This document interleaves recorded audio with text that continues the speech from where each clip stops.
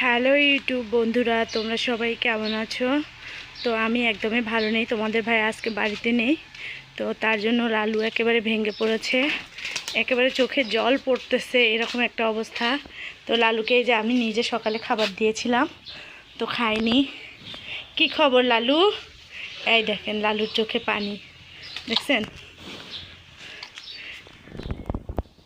এই দেখেন লালুর চোখে পানি, মানে দেখানো যাচ্ছে না। এই দেখেন চোখ দিয়ে পানি পড়তেছে, কিচ্ছু খাচ্ছে না। তো গরু কিন্তু একেবারে মানুষের মতো, তাই না? তাতে আর ওর সঙ্গীগুলো নাই, ঘর ফাঁকা। তো তার জন্য ও আরও কষ্ট পাচ্ছে। আর এই যে লালুর জন্য ঘাস নিয়ে আসছে, ঘাসগুলো শুকিয়ে গেছে, আপনাদের ভাইয়া নেই, কাটার লোকও নেই, আমি এভাবেই দেবো লালুকে খাবার।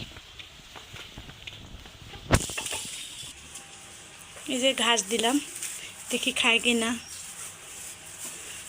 লালুর প্রতি আমাদের একটা আলাদা মায়া জন্মে গেছে। নিয়ে আসছিলাম ছোট্ট একটা, হয়ে গেছে কত বড়। আর এই যে এগুলো কিন্তু বড় কবুতর না, সবগুলো বাচ্চা।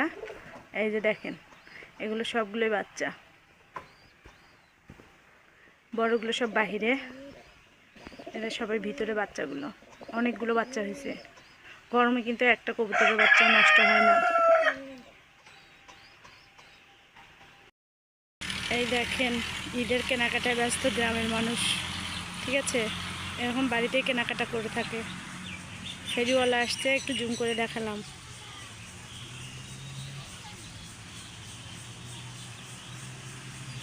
এটা আমাদের বাড়ির সামন।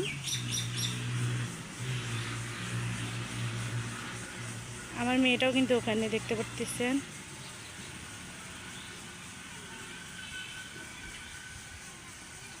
আর এটা দেখেন, আপনাদের ভাইয়া আম গাছের যত্ন নিয়েছে, কত আমের গুটি হয়েছে।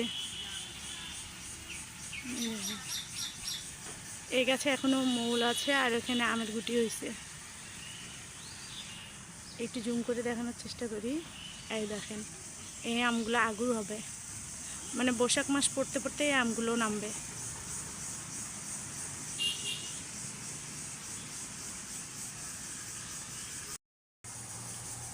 আর কি বলবো, এত পরিমাণ রোদ উঠেছে, মানে বাইরে থাকাই যাচ্ছে না।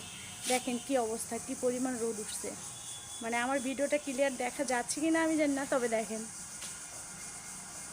এই রোদের মধ্যে কিন্তু এখন রান্না করতে হবে।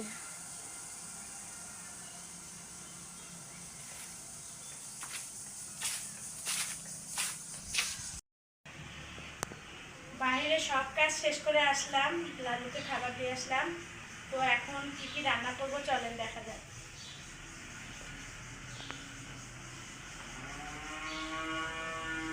দেখছেন লালু কিন্তু হাম লাগছে আপনাদের ভাইয়ার জন্য। এই যে আমি সব কিছু অফ ক্যামেরার পিছনে রেডি করে নিয়েছি। তো এখানে যে আজকে ভর্তা বানাবো, টাকি মাছ দিয়ে আর আলু দিয়ে ঝাল ঝাল করে ভর্তা বানাবো, সাথে ভুড়ি ভাজি আলু দিয়ে। তো এইগুলোই আমাদের নিম্ন মধ্যবিত্তদের রান্নার আয়োজন আর কি। তো এগুলো দিয়ে আজকে সন্ধ্যা পার করব।